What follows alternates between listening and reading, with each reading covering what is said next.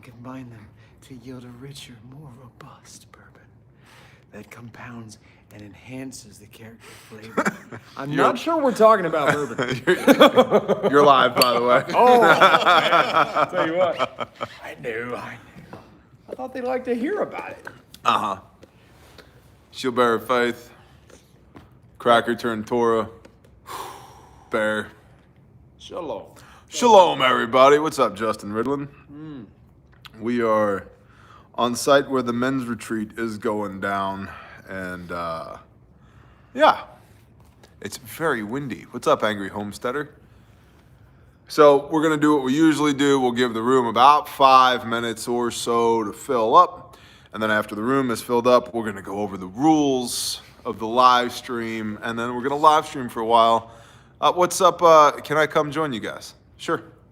And then when the live stream is over, it's over. Who's coming to join? Jason? All right. You'll probably have to knock. So You're going to have to knock, Jason. yeah.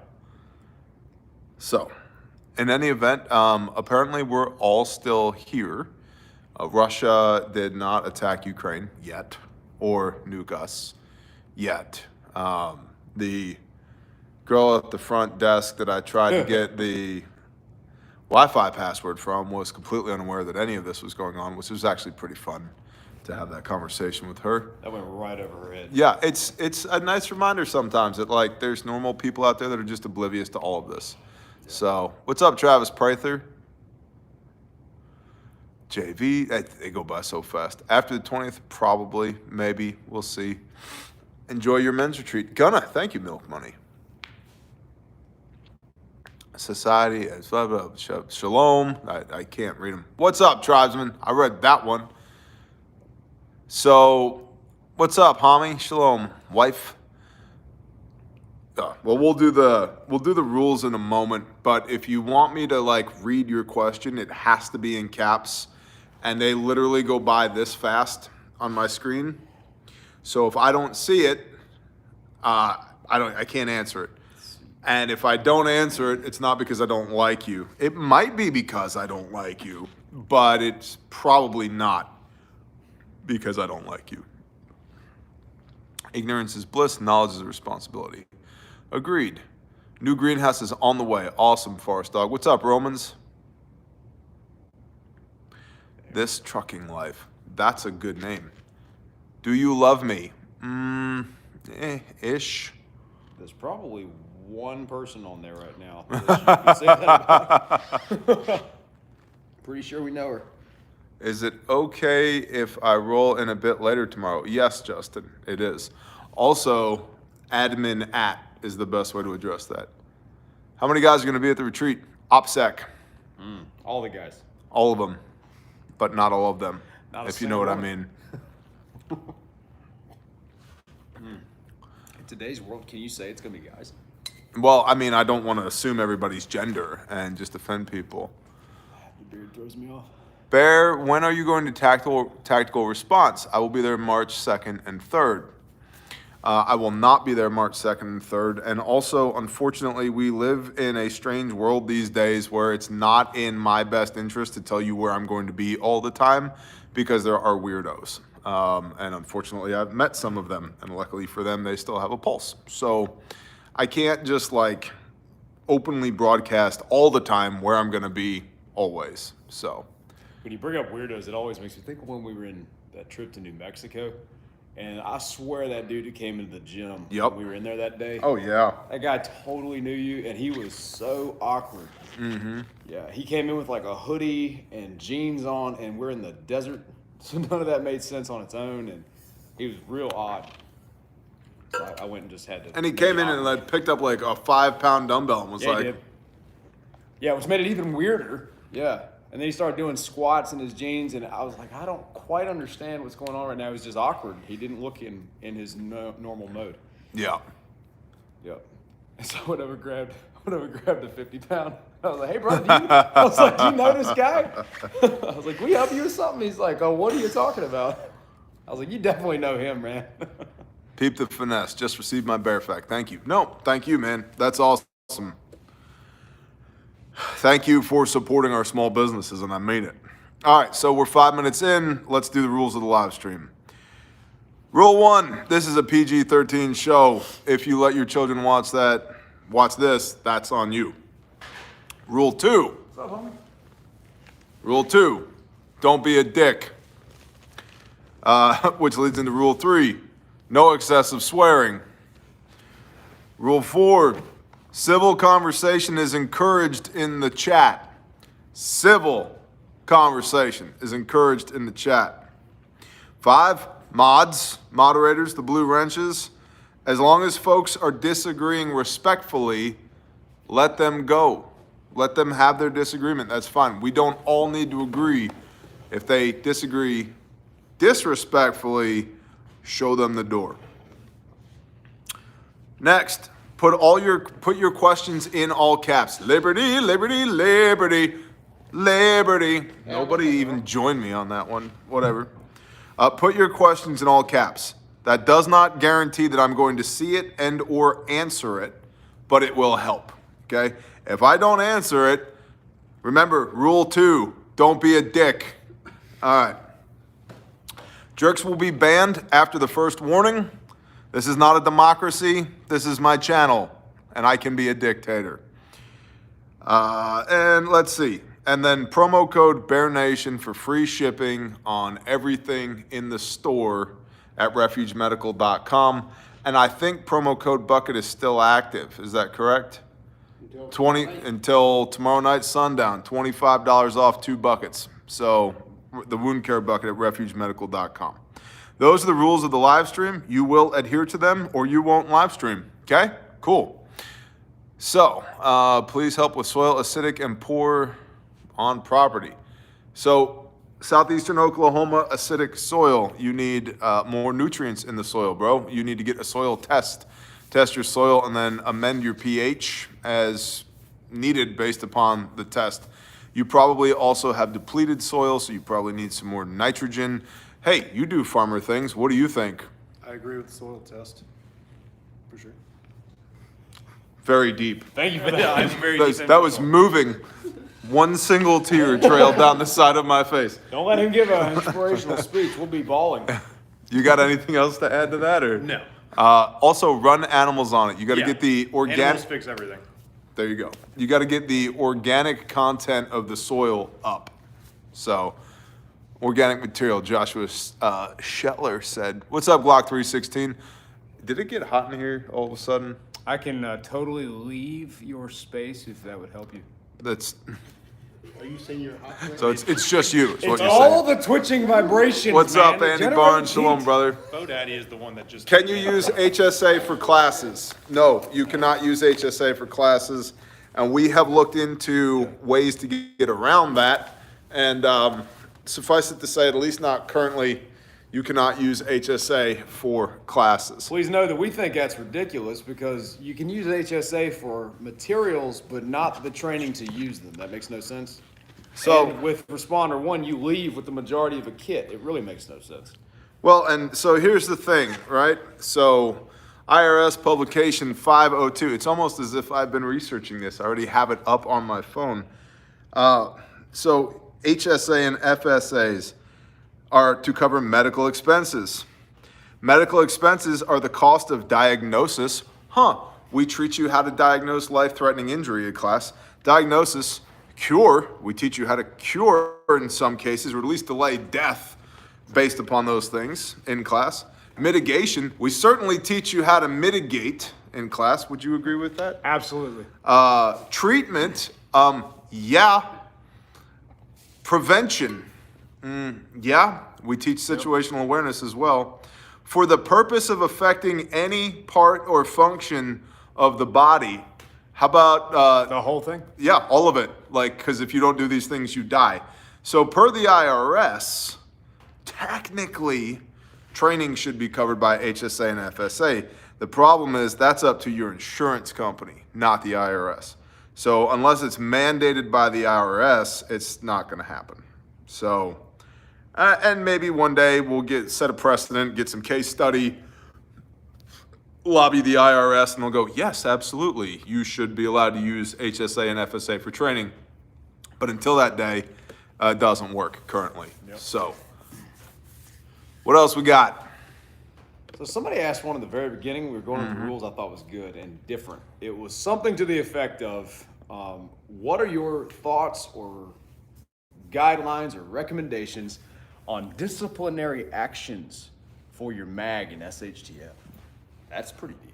Disciplinary actions So for like your they mag. messed up real bad. They didn't specify how bad, so I know that would depend. What do you think? So Depends on severity, right? an ounce of prevention is worth a pound of cure. That's the first place my mind goes. Ideally, you're not messing up during SHTF. Ideally, you're training now so you make as few mistakes as possible during SHTF. And ideally, your mag is not just a group of guys that get together or girls that get together and complain about the government and drink coffee once a month and call it a mutual assistance group. So if you're actually training and doing life together now, that mitigates the need greatly for disciplinary action post-SHTF in the first place. Next, as far as for what? What is your benchmark for you did the right thing or you did the wrong thing? And that's where a lot of people come to us and they're like, so it looks like religion's really important to you guys. Like it's, well, I think religion is horseshit, but we all read the Bible and do what it says. And that therefore becomes the benchmark for success for us. It becomes the standard outside of our own opinions about what is right or what isn't right. We have an independent arbiter of truth that we can hold one another to determine whether or not disciplinary action is required at that point.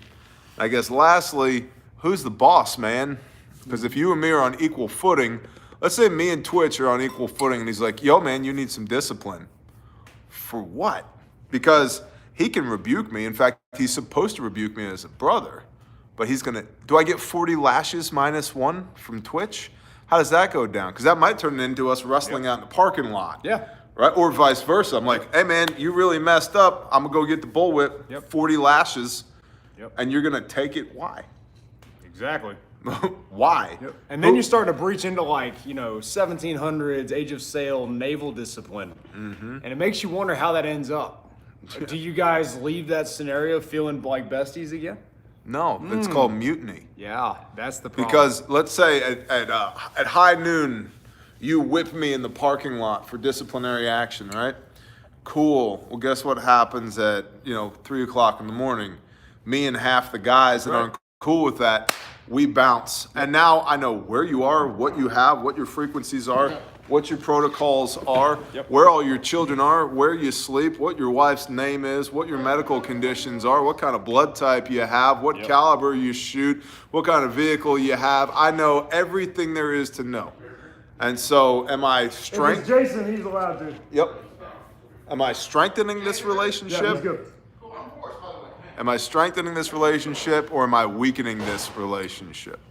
And so I would say for you, if you have any concerns at all about disciplinary action post-SHTF, you need hard and fast rules now that everybody on your crew agrees to now, and they need to sign it now so that afterward you can go back and go, yep, see right here, Bob put his name down, Bob said he was okay. And then even then, just because discipline is warranted doesn't mean that you don't do better with mercy at that point.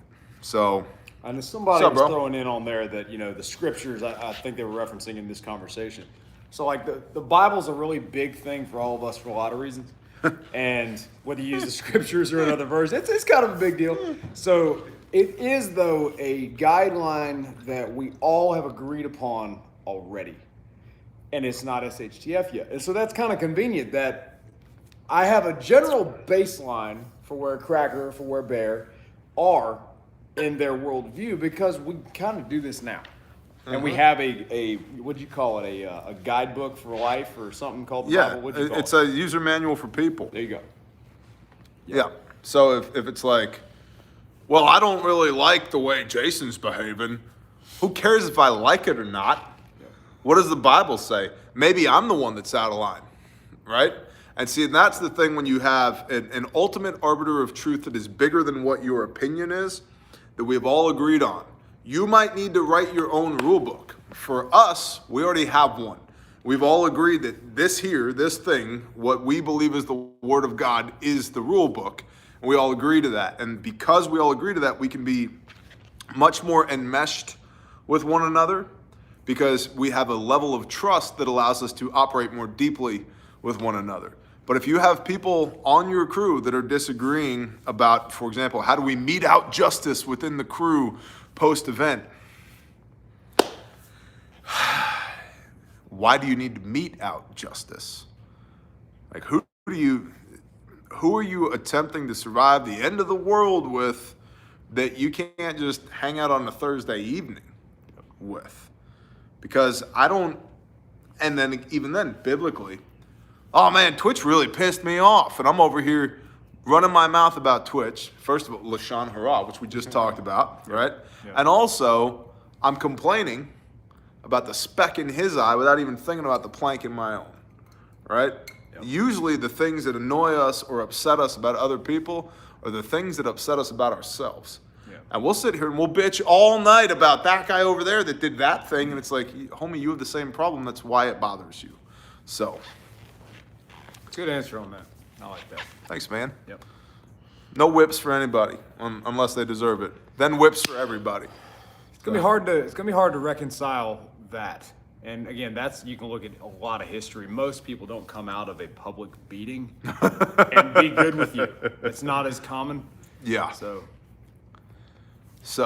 And I would say if it came down to that, maybe they ought not be around. If we've gotten to that point, it's like, well, maybe we need to separate, and how does that look? And then if you're talking about it's that bad, there might be different ways of how that looks.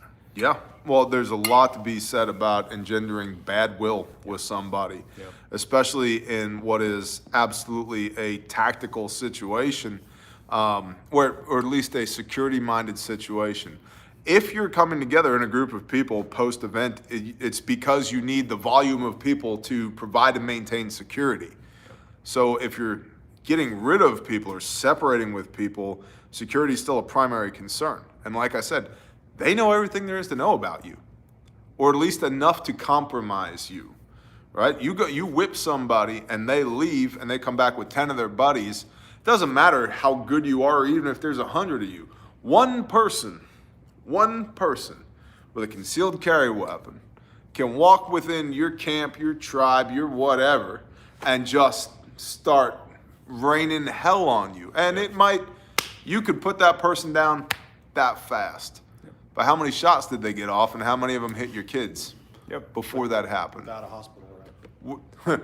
Without a what? Without a hospital around. Without a hospital around. Yep. Right? Well, something I like to remind myself too is that I am not like a Navy SEAL or Green Beret or Delta operator, nothing like that. I was just a street cop. But Spaceship door gunner. Oh, there you go. Okay. I might qualify for that one. But a whole bunch of them have died too.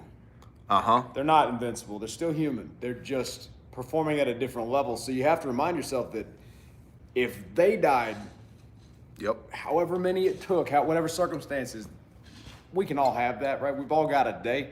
So I think it's good to remember that sometimes the environment can kill you. So you don't want to be that guy that's messing up with the brotherhood that you've got. Too bad. And that's a mutual assistance thing too. It's got to go two ways. Shalom, following Yeshua. Nerf guns at feet. I don't know what that means. All right, next question. One thing to consider is when you oust that tribe member, OPSEC is put in jeopardy, so tread lightly. Glock 316, that's exactly right. That's why right now, let's say, hey, brother Twitch, I love you, man, but you got to go. And you're like, you're damn right, I got to go. Right? You're like, hey, love you, but not working, got to go. Instantaneously, call signs change, radio frequencies change, patterns of life change, passcodes change, positions of key personnel and materiel change. Everything changes, and you need a plan for that now. Most people don't even have where we right now figured out. Hey, what do I call you on the radio? I don't know, Jim sounds good. Okay, this is Jim 1 to Jim 2. Okay, over Jim, so copy that, Jim. Right? Like most people don't even have that figured out right now, let alone alternate contingency, emergency plans for those things. And so there's 100, maybe 1,000 YouTube channels who are going to be like, the 12 things you need to buy before Ukraine destroys Russia, or vice versa, or whatever. Did you see the Canadian trucker supply shortages? Fear. There's lots of those. Very few are going to say, all right, cool. You bought your closet full of stuff, or your garage full of stuff, or your shed full of stuff. Way to go, consumerist prepper. Now let's learn to think. Because otherwise, if you can't think, you're just stacking loot for the rest of us. And I don't mean that with any bravado. I'm not trying to steal anything from anybody. I don't plan to take anything from anybody. But if you can't think, if you don't have plans, and if you're not training, if you're not building automaticity here in your hands, you're just stacking loot for somebody else, man. Sorry. Yep. Go ahead. No, I had nothing. That was great. Hi from UK. Is there going to be a war? I'm very worried. Stop worrying. There's only one thing you're supposed to be afraid of. His name is Yahweh your Elohim, the Lord your God. Everything else is like, that's mildly concerning to, wow, that's really concerning. But we're not given to a spirit of fear. You're not supposed to be afraid of anything except the creator of the universe. And as far as And the war, he doesn't live in Ukraine, so you're good. As far as the war goes, we were chatting about this earlier on the way up here. There's always another war. The question is who's involved, what scale is it? There's always that question. I get that. This is just the next one that anyone's questioning. But literally, if you look at history, we've never had very long without war. 17 years in the history of the United States of America, we've not been at war. 17. And So if you're in Canada, I mean, maybe y'all have gotten off easy up to this point. I don't know. But going there's to always war. another. We're going to war with the mooses, eh? Stealing all of our maple syrup, and I won't stand for it. Hey, Bear, free training with purchase of a special training IFAC. Oh, Dragon Shield, we've thought about that. We've thought about, hey, with an HSA, you could buy a $350 training kit and come to Responder 1. Here's the thing. It's unrighteous. It's theft by deception. We're misrepresenting what we are. And if we did that, let's say we did that, refuge training engaged in that, guess what? Now we pull, or we will have pulled from us the ability to, and we get caught, right? Now we can't take HSA or FSA at all. And then everybody else that legitimately wants to buy a kit with their HSA or their FSA can't, because we tried to somehow massage this situation to make training eligible for HSA and FSA. No bueno, man. Yeah. So we're looking for ways to work within the system to make that happen. Yeah. We're not there. So And we're not trying to cheat the system to make it happen. You see what we're saying? That's the difference he's talking about. So, Bob Marsh, email sales@refugetraining.com. I want to talk to you. Sales@refugetraining.com. Please and thank you. Looked at a maple tree and thought I'd tap that. Oh, that's funny. Yeah, you would. Followed by honorable. So, somebody said, is Twitch twitching because of a condition? What are you talking about? He just copied a bobblehead. What's really funny is I was sitting in a hospital one time with a chick that was absolutely high on meth. And she was sitting there wigging out. She was having all kinds of issues. And she looked at me and just got this big eye stare. And she said, is there something wrong with you? I said, like what? And I can stop twitching temporarily. And she's like, nothing, never mind. And I thought it was hilarious. Maybe she didn't. But yeah, it's Tourette's, man. I got Twitch tattooed right here. Well, his name ain't static. Well, there you go, QRF. Yeah. Yeah. Sitting still, I mean. Woo. We got problems with podiums in my world. Nah, if you ever come to one of my classes, Yeah. I introduce myself as Twitch, like it says tattooed on me. You just kind of own some things. But yeah, I don't stand behind a podium. I got too much energy for that trash. Yeah. Yep. Star Peacekeeper says he's going to bolt my shoes to the floor. I was like, I'll do it barefoot. Don't worry. I'll come out of them shoes. What type of land is best for farming and building a hardened position for protection, be it in West Virginia or northeastern Tennessee?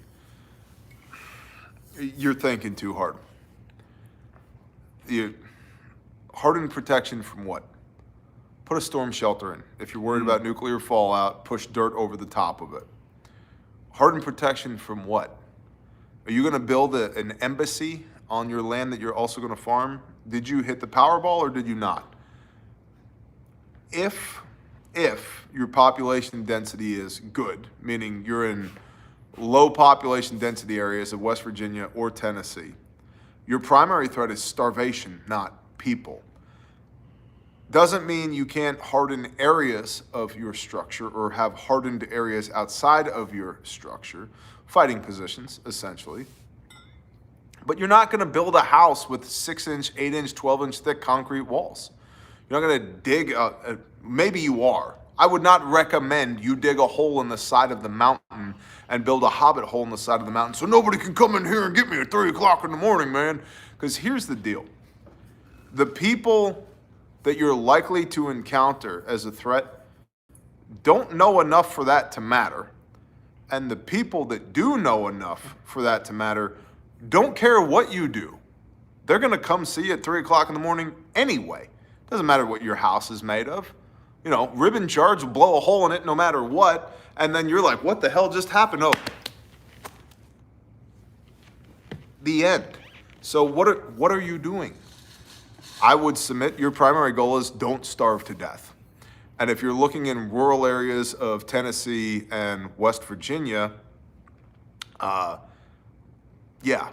grow food. Look for arable land, not arable land that you can build an embassy on.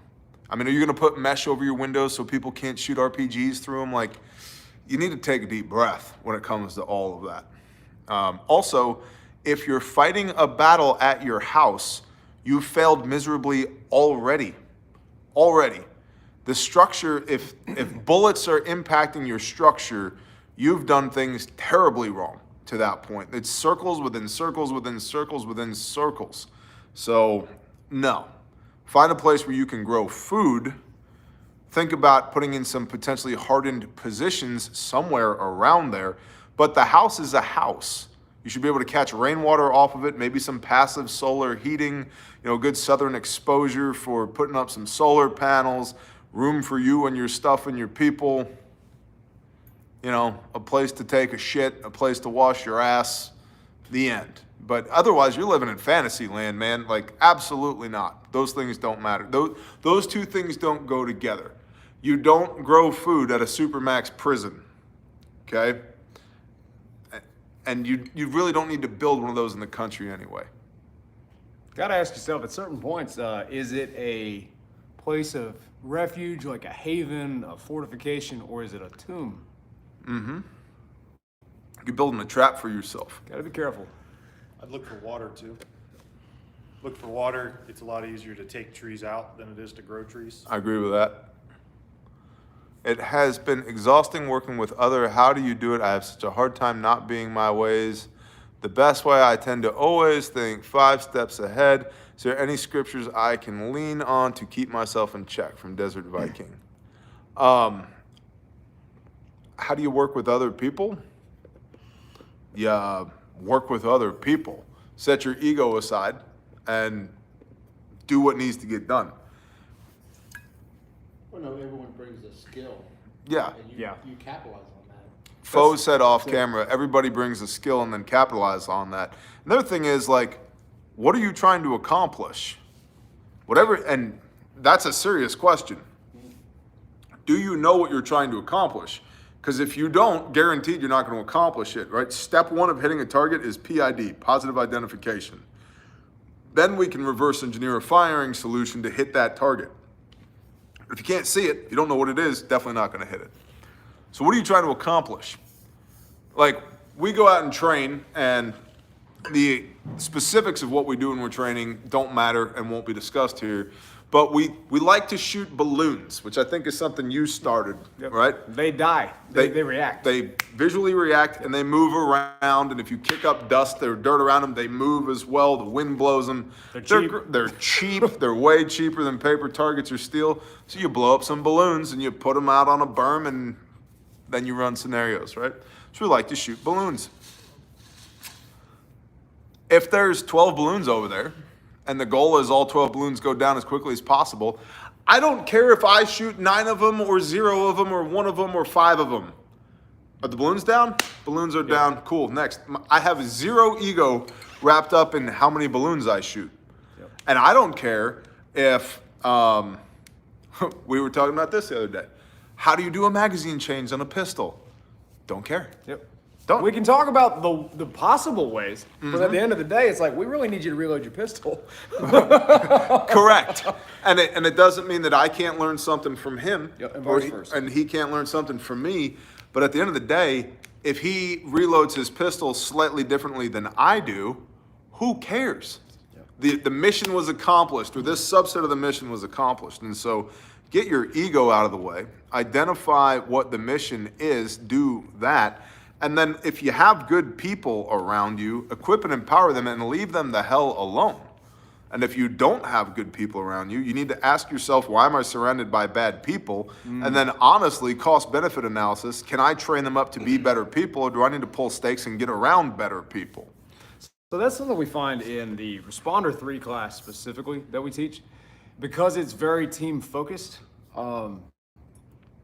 And without giving any of the ways that we emphasize that away, it's very team focused, and nobody shows up with the exact same skills, history, age, body type, because we're not all twins, right?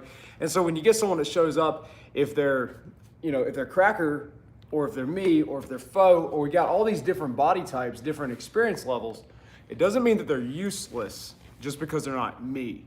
And vice versa, So when we were in Kentucky, I do not know how to drive a skid steer.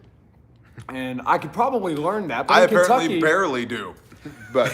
Well, you did a great job keeping one from falling off a cliff. That was good. Yeah, that was good to watch. But so that didn't mean that I was useless, but it meant that I wasn't doing the same thing he was, which is really good because we didn't have an army of skid steers. We needed the most capable person on site with that tool. That wasn't me. And so I'm like, today's not the day for me to learn how to use a skid steer. We're on deployment now. It's like, okay, the moment has come. We need to know what we're doing. Because you literally, in some cases, had kids nearby. So we don't want to jack this up. In conjunction with that, you don't, on my end, and I'm not in the skid steer, you don't just stand around and do nothing, right? So you jump in and you do what you can. And that's what we find in the Responder 3. We had a guy that was fairly overweight come to one of them sometime last year. And when he came, the group he was with, he was the heaviest of them. But to his credit, he completed the class, and he didn't just quit, and he didn't just stand around and expect everybody else to do everything either, but he jumped in a way that he could contribute. And so in his role, specific to him, he was scouting ahead in this one specific portion of the day, and he was providing security for the team that was manually hauling a casualty, which is very strenuous. So no, if you looked at it from the outside, you might say, well, he's got the easier job. Well, not if he's doing it well. He's the first guy someone's gonna shoot, right? So he did that so well, and it really emphasized to me that we all have different skills, different uses, and different backgrounds and body types. So it doesn't mean that just because I'm not good at nuclear fission that I'm useless, right? So we've all got to really, I think, analyze the people that we have at our disposal. What are they good at? What are they naturally gravitating towards? I'm just not likely to be the skid steer guy. And that's good. I have certain things that I naturally gravitate towards. Why don't we emphasize that instead of trying to turn me into something that maybe I'm not? Well, that's a good point. Identify key strengths and weaknesses within your people. And a lot of people try and train up their weaknesses. I don't. And that's not ego or bravado. It's just, there's only so much time in the day. Yep. So you mitigate your weaknesses unless it's like, well, I don't know.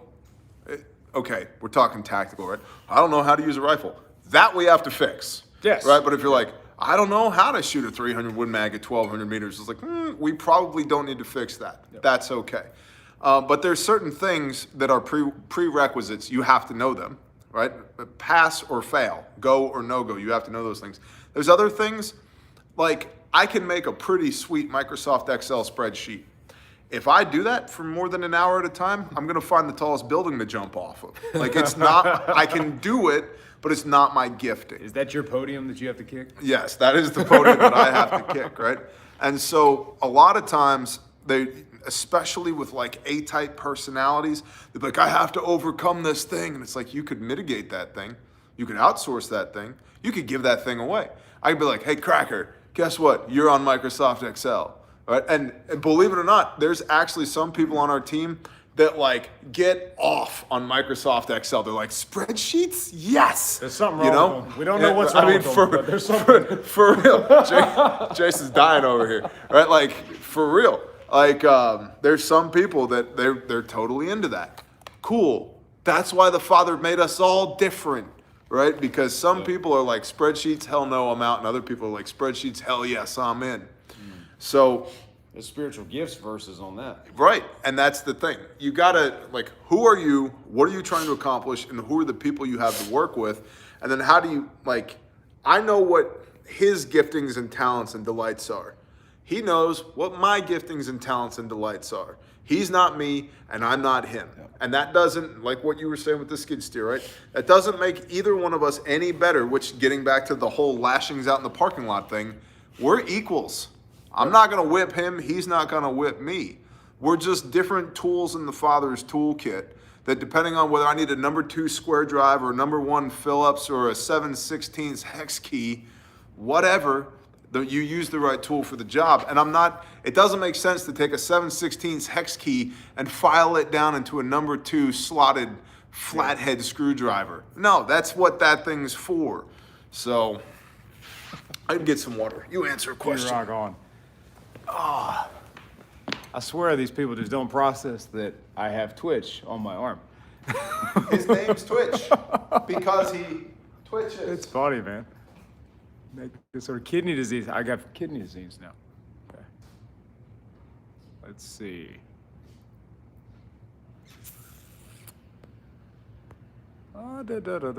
Folk, was there someone that said they were 14? They're asking, like, what do you say to a 14-year-old prepper? Okay. I'm thinking as an age, a 14-year-old age, or been prepping for 14 years? Good question. So let's answer that. If you could hit it in bold letters. Are you 14 years old trying to prep, or have you been prepping for 14 years? That's a significant difference. His name is Bug Out Boy. I think he's a 14-year-old who's trying to prep. So I think we should hit that. So I was neck deep in video games and stupidity when I was 14. So if you're even aware that you ought to prep, you're well beyond a curve. That's significant. However, I know that there's going to be things that will hold you back, like money's a thing, right? So you don't want to go and steal from your parents if you are 14. I'm assuming that's the case. You don't want to steal from anybody. We're not doing that. But at the same time, there are things you can do. So as an example, let's say that I was 14, still living at home, go to school every day, maybe, depending on the world we're in. And I come home and maybe my dad every week buys a case of water, and that's what we drink. And in fact, in my home, this was somewhat of the case. My parents loved buying bottled water.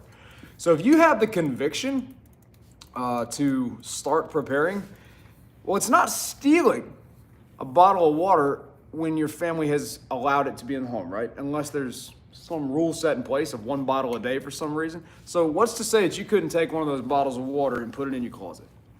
And I know because I wasn't 14 when I started prepping, but I started doing some of that. It was almost like a literal closet prepper where you didn't really want to tell anybody because like doomsday preppers gave a terrible image of what was going on. So I started, like in my case, I bought a gallon of water at a time.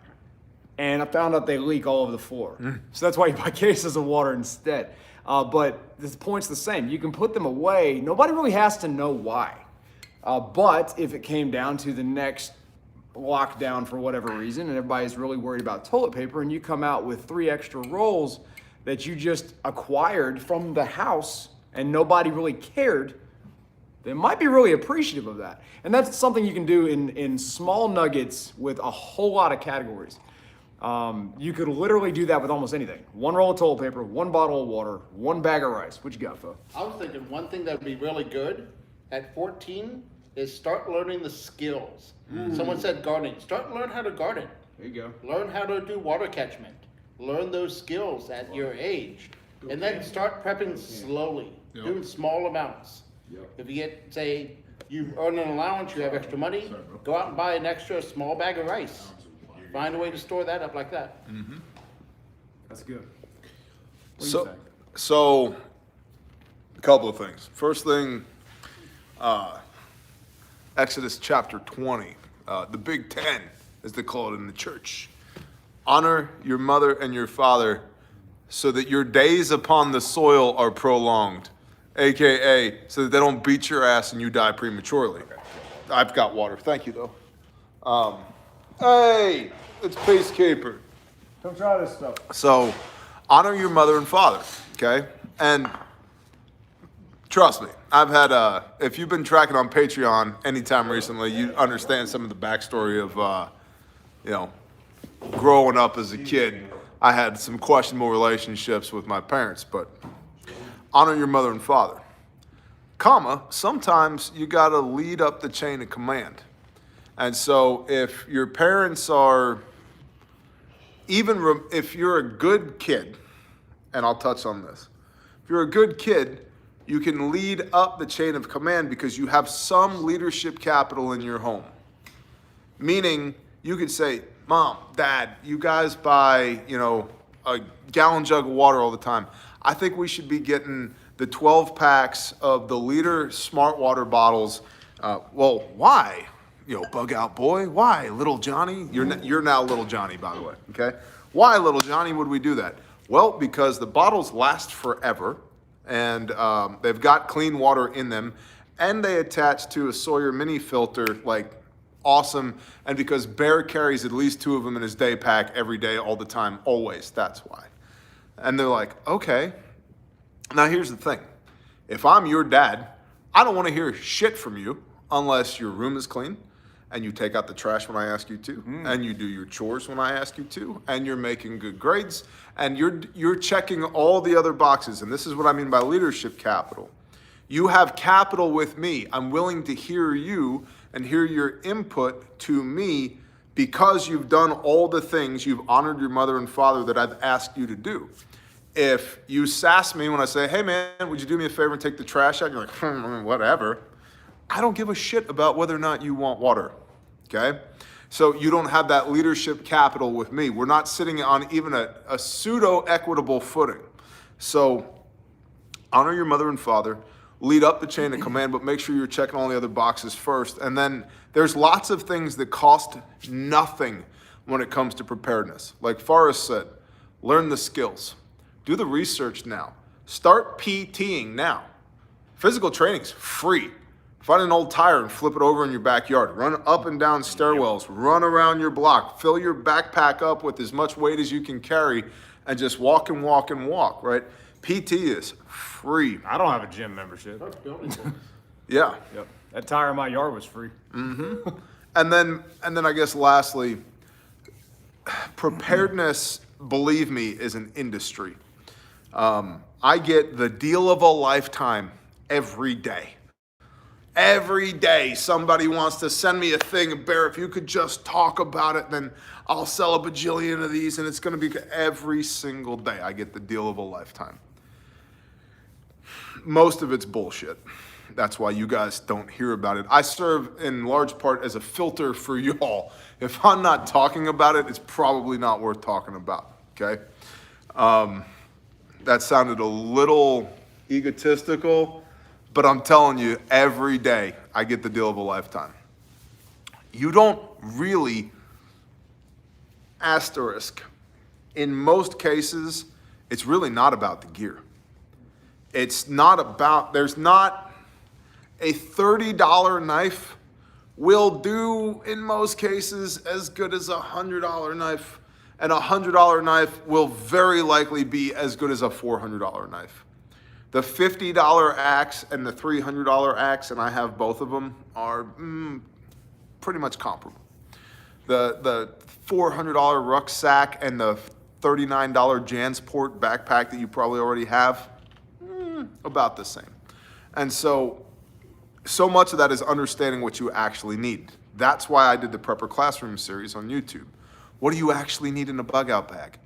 It's not all the things that everybody's like, and then I have my Leatherman Wave multi-tool, and then this is my flint and steel striker, and I've got a ferrous cerium rod, and then I've got some Yuko storm matches, and then I've got 2 Bic lighters, and then I've got some tinder. It's like, cool, your fire kit's this big.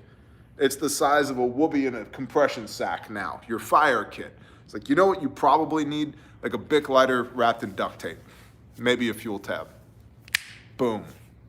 How do we know this? Because we do it every day.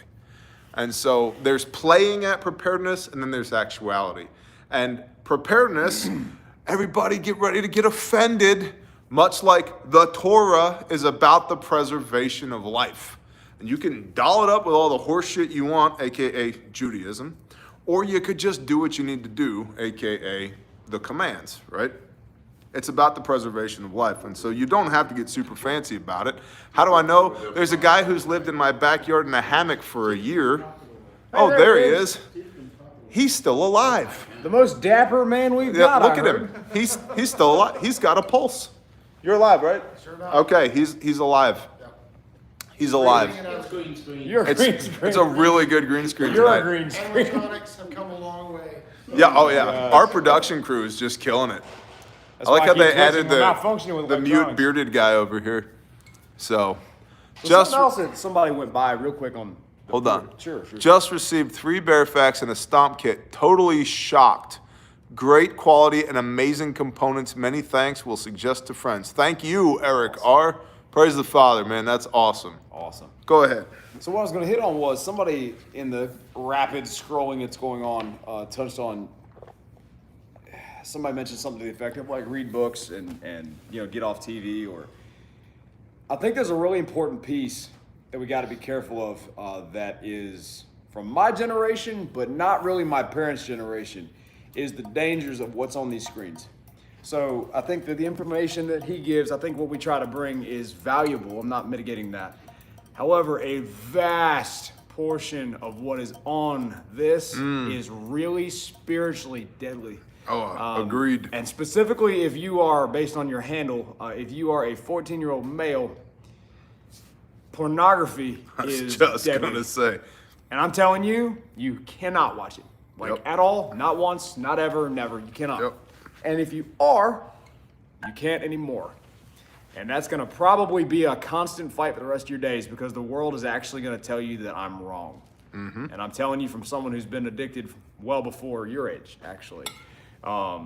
It will half ruin your life, and then you, as a response to that ruining, will ruin the rest of it. You will. Praise cannot God. do it. Yep. And as a dude, you're going to be tempted by that stuff. So that goes hand in hand with where you're at with the Father. And I know at 14, you shouldn't have to be honestly thinking about these things, but you are. So you asked. And yeah, you've got to have a connection with your Creator. And you being 14 doesn't mean you can't. Not at all. Nope. I've met some really cool 14-year-olds. One of my favorite people in the group that we know is about 11, and she's a girl. Mm-hmm. And she's like one of the coolest people. She took our responder one class, and the first one I ever helped teach. And she was like 9 or 10, something like Yep. that at the time. Yeah. Her and her dad came. Yep. I know exactly what you're talking about. Yeah. Everything you said is 100% accurate, but I got a mental image of you in cop mode saying, put your hands where I can see them. Yep. Instead of put your hands where I can't see them, yelling at this poor 14-year-old kid. Yep. Sorry, mental image. Yep. So, but no, you're absolutely correct. Stay away from that trash, man. It'll literally chip away at your soul. Surround yourself with older, wiser men and keep you accountable and to look up to. Yep. Yeah. What else we got? Questions in caps. Do it. Okay, Bear.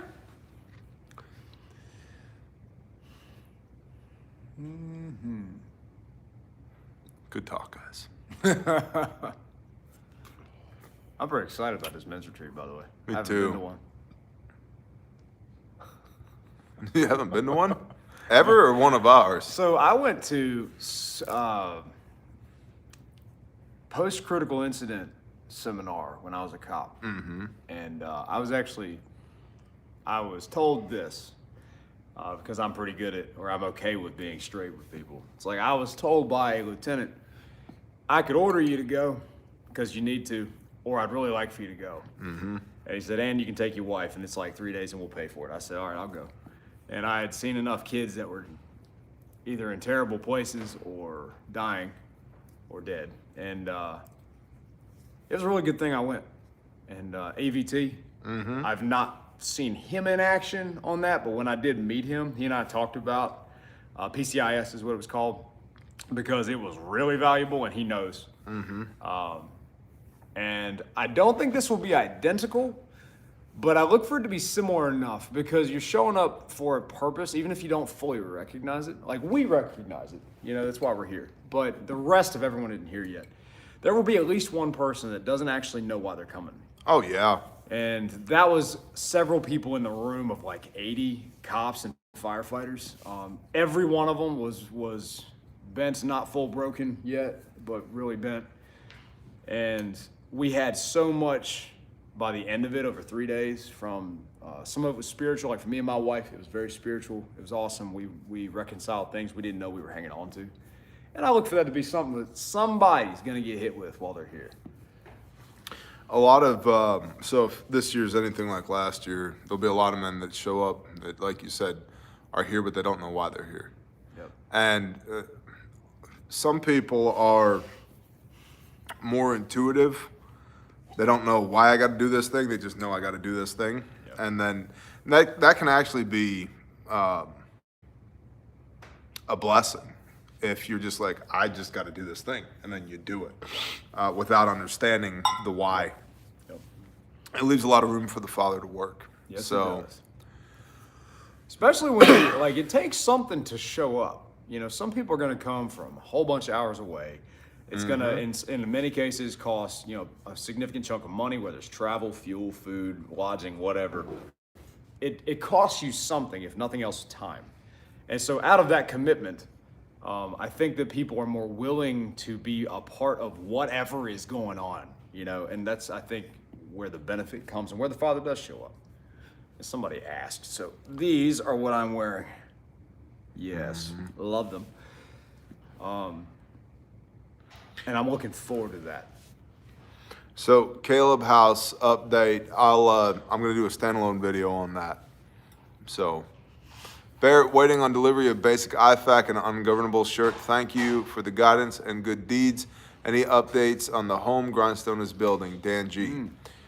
None that I'm going to talk about openly right here currently. Everything's good. Praise the Father, everything's good, and thank y'all. Everything's good. All I can really say right now is we are consulting with some attorneys that work specifically with non-profit organizations because everything's good to charter the appropriate way forward on our next few things so that we make as few mistakes as possible. And so we're consulting some experts before we hopefully break ground in the spring. And all that's good. But I'll do a standalone video on that when I have more to update you guys on with that. So, mucho apreciado.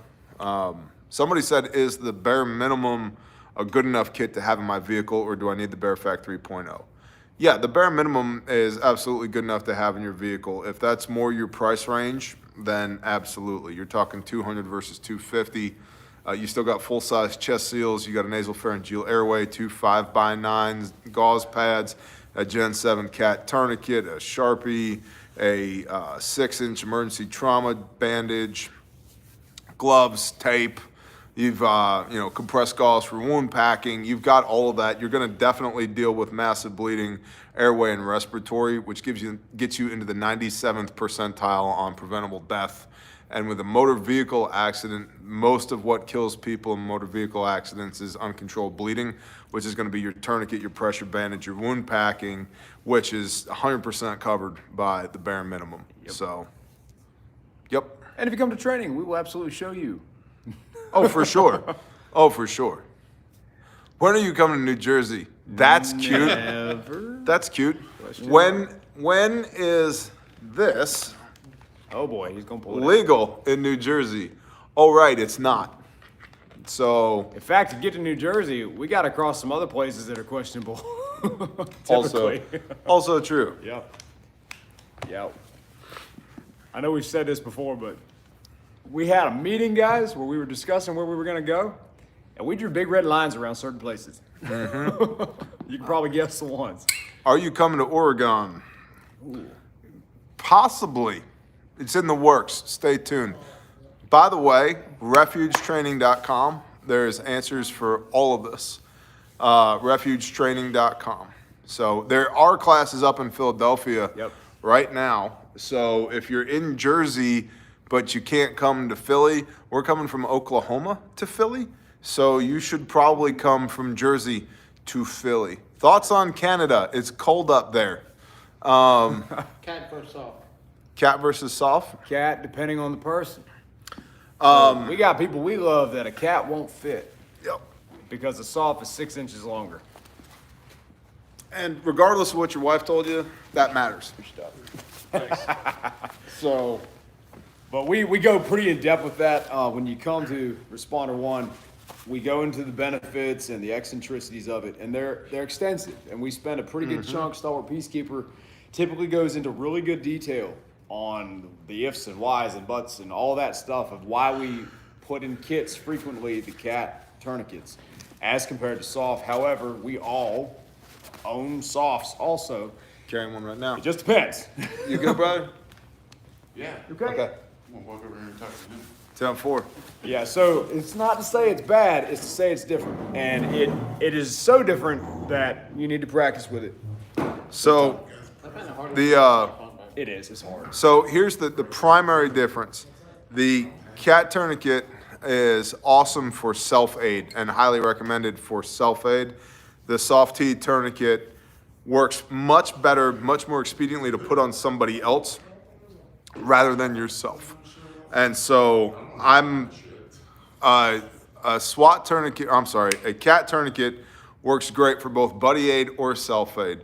A soft T can work for self-aid, but it's much better done to use it on somebody else, when rendering aid on somebody else. That's why most EMS and firefighters are carrying soft T tourniquets, because they work great on other people, as does a cat. But a cat works way better on yourself than a soft T does.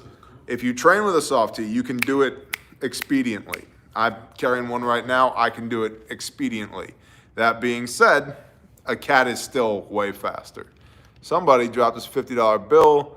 Commander Corvus, Corax, Nevermore. Howdy Barrett, you rock. Thanks for your informative videos. Thank you, Commander. Or is that Commodore? Are you a Commodore or a Commander? Either way, appreciate you. Thank you. I heard a snicker over here. You got anything to add?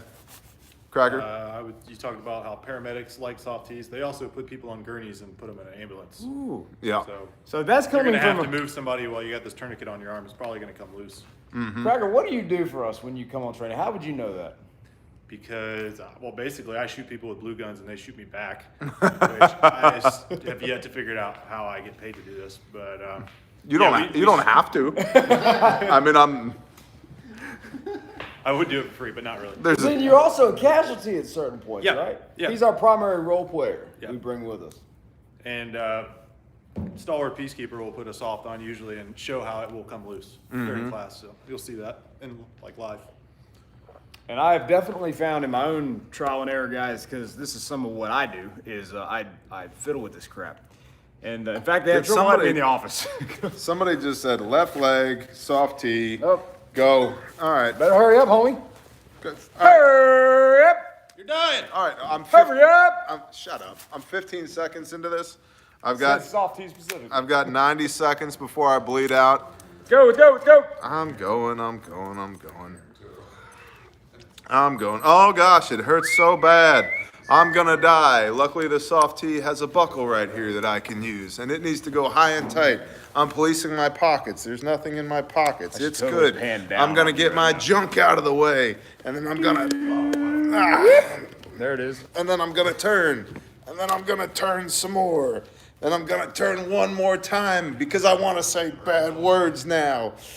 You're gonna make sure the seat's not in the way. Yeah, that happens. Got it. And then we stand up. Good job. Taking my time. What was that? So taking your time at standing up is 35. Okay. Taking my time. From when I started, when I read the darn thing. So. Taking my time. 35 seconds. So, thank you so much for that. Good job. Whoever that was, it gave us $10. So, but I gave him a good shot of your leg for that. yeah, I really appreciate that. So the soft tee has a buckle on it right here, like so. But this right here, the C-clamp, this is the windlass that you turn that tightens down the inner band, that constricts, that pushes the artery against the bone structure, pinches off the artery or the bleeding vessel to keep you from bleeding to death. Getting this into here on a soft tee is way more difficult than getting the windlass into the C-clamp on a cat tourniquet. And so it takes more time to practice with one of these. And then also, when you put this on with a cat, you can just pull here and it'll just automatically cinch down. With this, you have to ratchet like so, Or pin it to something. or pin it to something, and then turn, and then even then, getting that into there is still a lot of work. So, It's something we like to point out if you could turn slightly. Something we like to point out, guys. The triangle lock here, the idea of it is that you would hook your windlass into that triangle. By yourself, you're pretty much not gonna do it. I'm sorry. So if you had an EMT that's doing it to a casualty, then they could absolutely work that in, and now it's like a deadbolt. It's like a double locking system, right?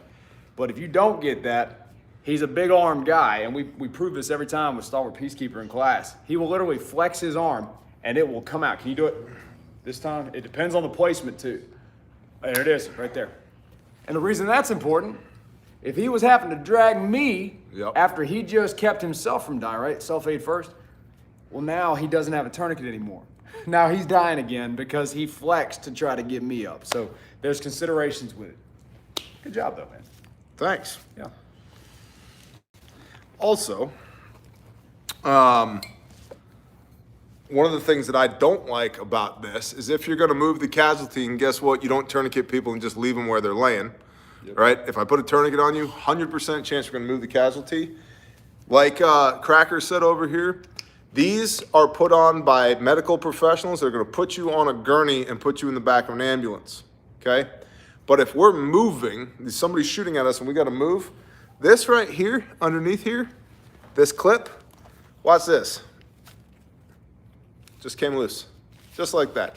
All I had to do was put a little bit of pressure underneath here and flip that, and I lost my compression. You don't have that issue with the cat. And so all that being said, these are good tourniquets when they're applied appropriately under the appropriate circumstances and you train to learn how to use them.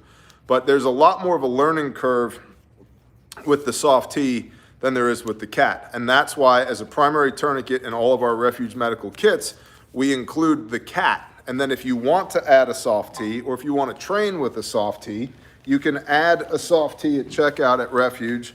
And if you come to any of our classes, level 1, the level 3, the essential responder, the whatever, we teach you how to use both of them. But we highly recommend the cat tourniquet for self-care, self-aid. So, what else we got? Now that you gave the whole internet a crotch shot of me, Twitch, You look well great, done. just so you know. Thanks, man. I'm so happy that you approve of the optics of my crotch. The benefit of the live stream is you don't get redos. you can't stop it. It's just done. It's just done. Let me put my tourniquet Take 6. back in my pocket. Oh man. We're doing it live. Yep. What is the best for canine? Email sales@refugemedical.com and you can get a canine kit before the canine kit is released to everybody else. How's that for an answer? Ooh.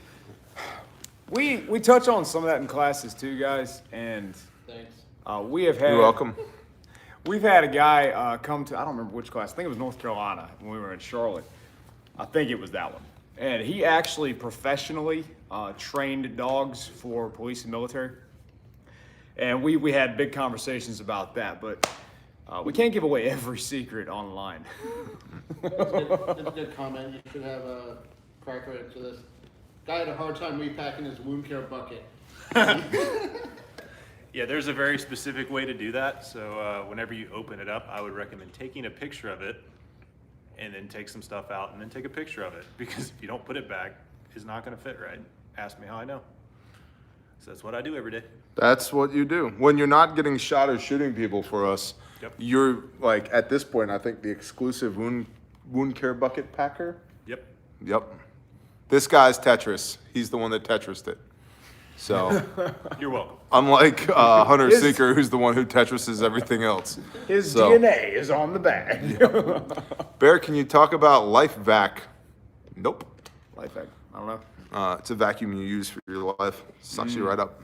Yep. Used my Bear Vac on a horse. Came upon a horse trailer accident and was able to help out. That's awesome. That's really cool. That's awesome. I used some of the duct tape for one of my kids to hold my car together for 800 miles. So we saved how many lives in a Honda Civic, which we then totaled later. I've seen a lot of comments from the start of the live stream talking about dogs for protection and protection dogs and this and that and blah, blah, blah. And I guess it's my job to shatter your ill-formed beliefs. No dogs matter unless they're trained. It doesn't matter what the instincts of this breed are. If you have a spoiled, rotten, shitty dog, guess what you have? You don't have a protection dog. You have a spoiled, rotten, shitty dog. You have a pet. Yeah, not even. You have a liability. It doesn't matter what the instincts of a breed are. If you haven't trained that dog for protection, or for livestock protection as a livestock guardian dog, or for whatever, cadaver dog, search and rescue dog, military dogs, police canine dogs. If you haven't trained that dog, just like you with your rifle does not make you a rifleman if you don't know how to use it, if you haven't trained that dog, all you have is a liability. So a lot of people have emotional attachments to their dogs, and they're like, man, that dog's just a great dog. My dog, livestock guardian dog. Absolutely, livestock guardian dog. Man killer? Nah. Capable of it? Sure, if he was trained to do it. He kills coyotes all the time because that's his job. But he's not trained to be a fur missile, right? That's a different breed of dog with a different set of skills predicated on different training. Most people are freaking delusional with their animals. They ascribe even more fantastic abilities to their animals than they do to themselves. Even more so when they put on their plate carrier and they grab their rifle and they stand in front of the mirror and they're like, man, I look cool today. I don't know how to use any of this shit, but I look cool today. Even more so, they're like, well, my dog is a German Shepherd. That means that he can parachute out of the back of a C-130 and he can run and jump and take down guys and he can also sniff out cocaine. Like, no, he can't do any of that shit because he's not been trained to do it, okay? So I hate to burst everybody's bubble except for I don't. Like, get out of fantasy land, man. Sorry, go ahead. What do you got? You're good. Untrained dog that just starts barking. Yeah. That'll give your position away. Yeah, well, that's exactly right. Yeah. Well, he's a good alarm dog. If he barks at everything, he's not a good alarm dog because he barks at everything, which means you've now tuned out the fact that the dog is barking at everything, which actually makes it easier for me to get close to you. Yep. We Sorry. were talking about that with guineas earlier. There are alarms Yeah. for everything, which means there are alarms for nothing. Oh, well, that's exactly right. People all the time are like, Bear, but guinea hens are such a good alarm system. No, they're not. They go off at everything. They alert to a rabbit. Which so you don't pay attention when they go off, Yep. because they go off all the time. That's actually how you break air quote break intelligence intrusion countermeasures. perimeter alarms and lights and things like that. You just set them off over and over and over again. You know there's a motion sensor here? You set the motion sensor off. Then the guy in the truck drives over and he looks and he goes, man, there's nothing here. Okay? He gets back in the truck, he drives away. A half an hour later, you set it off again. Well, you're sitting in the bushes all camoed out with your nods just watching, and the security dude in the truck drives back. He drives back over to the section of fence, and he looks and he checks the gate and he goes, there's nothing here. Okay. Yeah, dispatch, this is Tango 5. There's nothing here. Okay, roger that. And then they go back to the guard shack. And then a half an hour later on the nose, you set it off again. And he comes out and he's like, yeah, dispatch, this is Tango 5 again, man. There's nothing here. I don't know what it is, but there's nothing here. Okay, roger that. Then a half an hour later, you set it off again. And he doesn't come. Then a half an hour later, you set it off again. And he doesn't come. And then a half an hour later, you go. It's the same thing. It's the same thing with your guinea hens. It's the same thing with your shitty dog. It's the same thing with your pretend, hero complex of your rifle and your plate carrier. It's all the same thing. Well, I watched a documentary once on Che Guevara and Fidel Castro when they were gonna take over Cuba. And honestly, they did a very similar thing where they didn't have the manpower, they didn't have the firepower to actually overthrow the government. And when they shipwrecked essentially on the island, they only had a handful of dudes. But what they would do was they would go and just piss off the military personnel. They'd literally send a dude, fire off one round at whatever complex they were targeting that day, just to stir them up and amp them up. And now, we've got to react to the shot that's been fired. And that guy would disappear in the woods. He'd just leave. Mm-hmm. But because they have to react the same way every time, or it's not effective, they would have this one gunshot. Whole force comes on alert. They get their gear. They go and they do their search. And it's like we've wasted all this time and energy and manpower, and people lose sleep. You're burning food, you're doing all this stuff because one Joe Blow decided it was a good day to fire one round at the complex and just leave. And he went to bed. He went and did his own thing.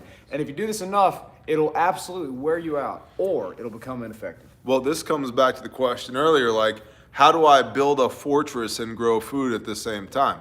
You don't. You kind of have to pick. Fixed fortifications are a monument to man's stupidity. And see, a lot of people get this in their mind I'm never leaving. Oh shit, yeah, I'll leave if there's 400 freaking Panamanian paratroopers that fell in that hayfield over there. I'm out. I'm not staying here. I'm not defending this. For this we will defend. Okay, cool. Roger that. I'm gonna get everybody I love, and if they're coming this way, I'm going this way. I'm out. I'm not staying here. I'm not fighting that fight. Well, they'll take your house. They'll take your stuff. Cool. First of all, I'm not defined by my stuff or my house.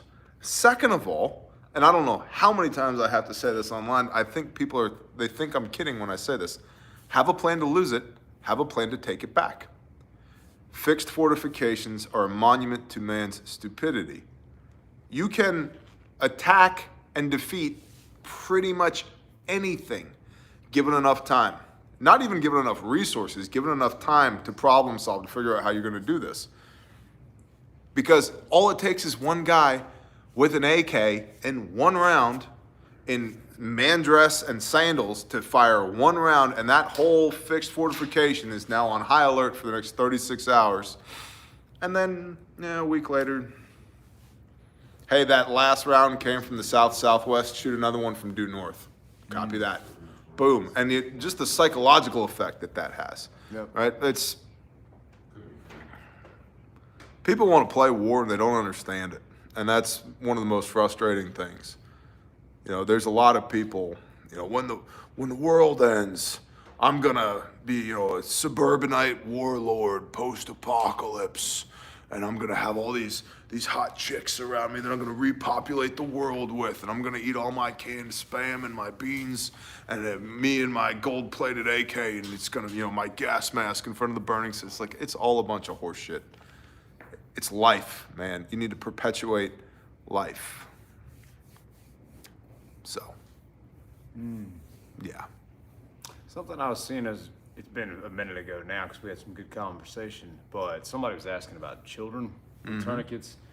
And because I have kids and I think it's a big deal, if you're cool, we'll hit on that. Yep. So there was some back and forth, and I think one of the blue wrenches hit it right. Oh, if is I was that catching it? Is that the pocket? Oh, is it now? Yeah, the pocket. Somebody got offended that we were talking about the products that we recommend. Oh, Yeah. were they? Yeah, they were. Oh, somebody in the chat? You got unsubscribed, sir. I don't know if you knew. They can get the hell out. So on that topic, we have people asking or mentioning the products. We're just having conversations. So sorry about that.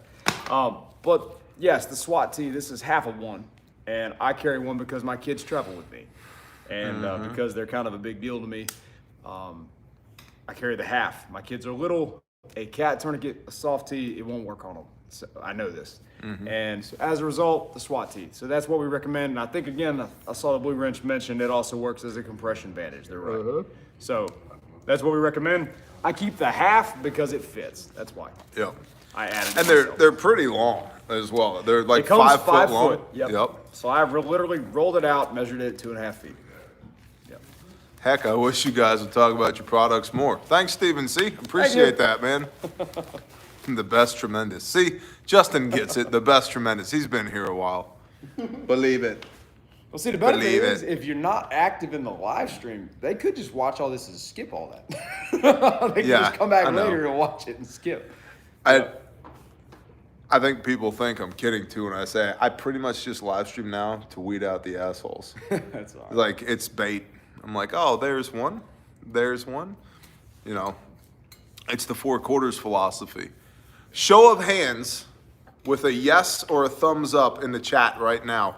Have you been here long enough that you know what the 4 quarters philosophy is? Go. Oh boy. I want to see it right now. Go. Go. Tammy, I know you have. Yup. Yup. Yup. Bear Engine, Tabar, yup. Steven doesn't know. Milk Money doesn't know. Yup. Awesome. Stumps, Roots, and Shoots. Really? Really? Awesome.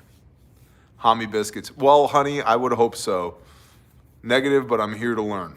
Okay. There's a few no's. Yeah, hit it. 4 quarters philosophy. Get you in there, brother. Okay. They don't care about me. Go for it. 4 quarters philosophy. 4 quarters and 100 pennies have the same value. They're both worth $1, right? But 100 pennies are a pain in the ass. Nobody wants 100 pennies. Very few people want a penny, right? But a quarter, we understand that a quarter has inherent value.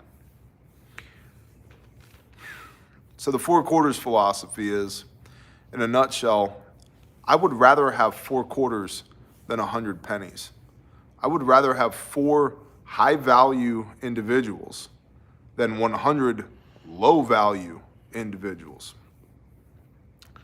And if you take that analogy further, pennies don't even make it into my pocket. I'm that guy. I throw pennies out. I don't care, right? And we don't need to get into the whole, you know, a penny costs us 2.5 cents to manufacture. Yay, government, right? Pennies are stupid. I don't want pennies. I don't care. I don't carry around pennies, all right? So using that analogy, there are no pennies in my pocket. You have to be at least a nickel to make it into my pocket. My wife says she's a silver dollar. Yeah. Yeah. Rare and pricey. I have your wife and my wife in my pocket. Ooh. Right here. There they are. So, you got to be at least a nickel to get into my pocket. Dimes are better, and quarters are really where it's at. If you're going to deal with loose change, it might as well be high value loose change. And 4 quarters are worth the same as 100 pennies, but they're far less of a pain in the ass. 4 quarters are far more valuable than 100 pennies. And that gets back to, you know, it is quality over quantity. But it's more than that. It's a philosophy of don't be chasing people. You don't need 100 useless people. You need 4 good ones.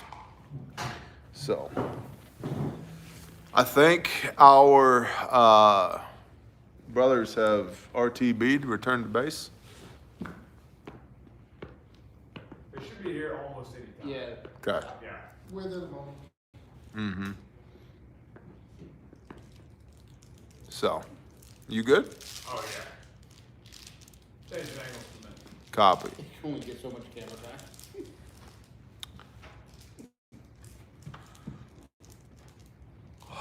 You know, we're gonna end with that tonight. I appreciate y'all.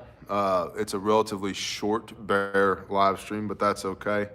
I got a headache. We got to load in, and then we've got our men's retreat starting tomorrow. So I appreciate y'all. Thank you very much for supporting the show.